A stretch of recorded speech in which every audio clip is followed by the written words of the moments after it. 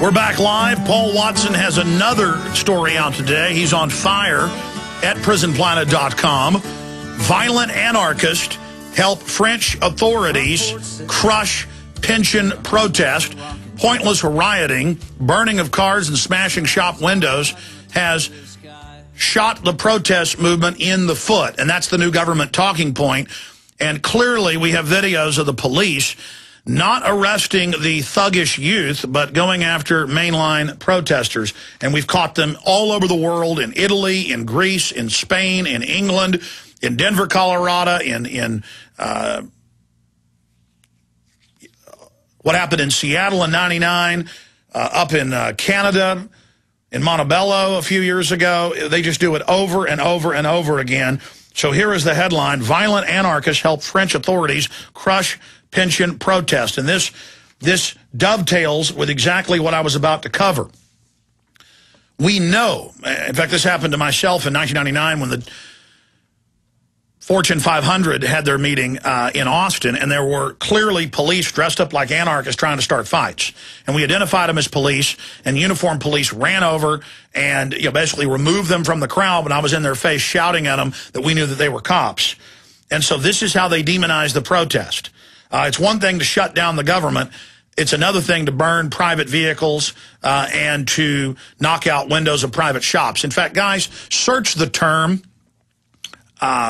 Greek television, police caught smashing shops, or police caught provocateuring in Greece. And national television, their biggest national TV network, had piece after piece, last year, where the police were caught dressed up, smashing out windows, smashing out car windows, setting things on fire as a pretext.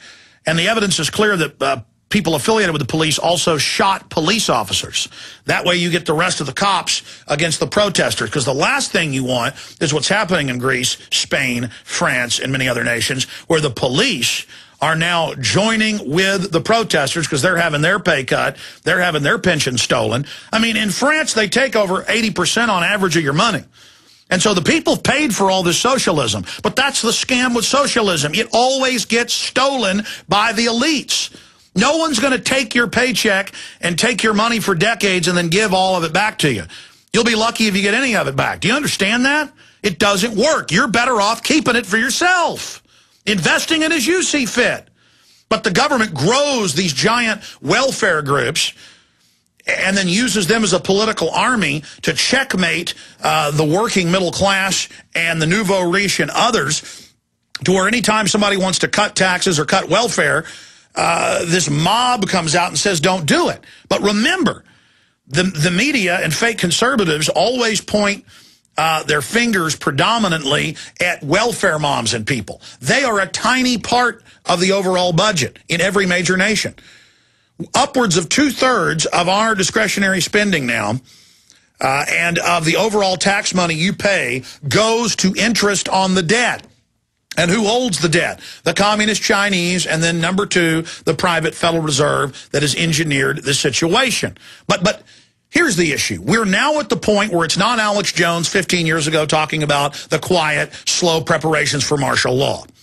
And as I said 15 years ago, it could be next year or it could be 20 years from now. All we know is the Pentagon is admittedly federalizing everything, spying on the citizens, and getting ready for a total takeover of society and door-to-door gun confiscations. I've been to the drills. I've been to the urban warfare drills. I've had countless videos in Alabama and Tennessee and Maryland and Florida and Louisiana. And I've been to California and I've been to South Texas. And we've been to Chicago this year to cover the military with foreign troops training to put role players who play the part of Americans in FEMA camps at the sports stadiums. Those are the relocation centers. They take you there and then decide where to send you. Jaron found the article. We'll put it up on screen. Did Greek anarchist agents, provocateurs torch police? Oh, I'm sorry. I thought you'd found the Greek stuff. If you have to, call Watson.